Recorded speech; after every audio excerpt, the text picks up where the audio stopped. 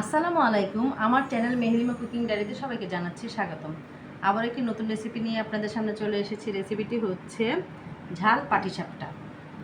এখন যেহেতু কুরবানি ঈদ চলে গেছে, তাই ভাবলাম এই যে মাংসের ঝুরা মাংসগুলো যে রয়েছে এগুলো দিয়ে আমি এখন ঝাল পাটিসাপটা বানিয়ে আপনাদের দেখাবো। আর এটা বানাতে যেসব উপকরণ লাগবে তা আমি দেখিয়ে দিচ্ছি।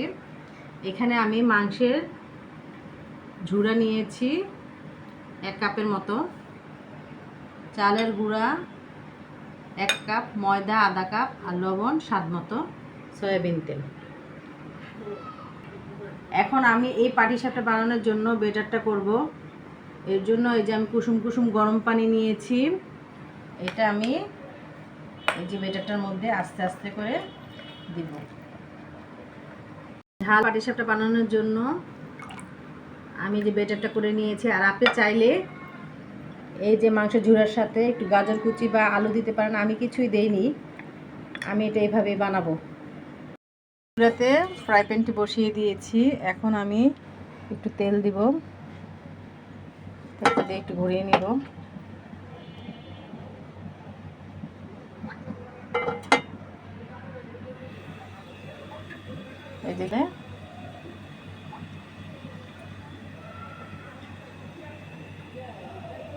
এই যে আমি পাটিসাপটা বানানোর জন্য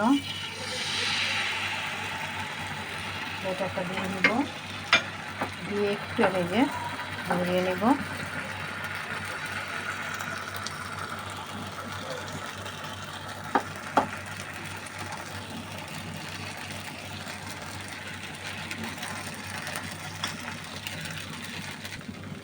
এখন আমি এই যে ঝুরা মাংসটা এখানে দিয়ে দিব।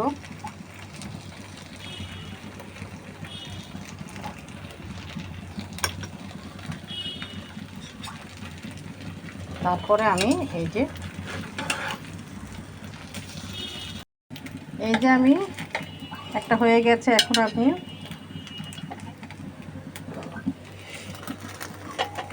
এই যে উঠিয়ে নিব। এভাবে একে একে আমি সবগুলো বানিয়ে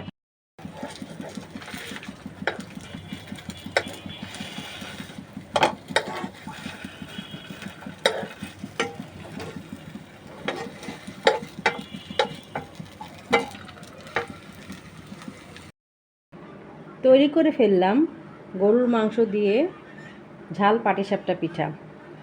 এটা খেতে বেশ ভালো হয়েছে মাশাআল্লাহ।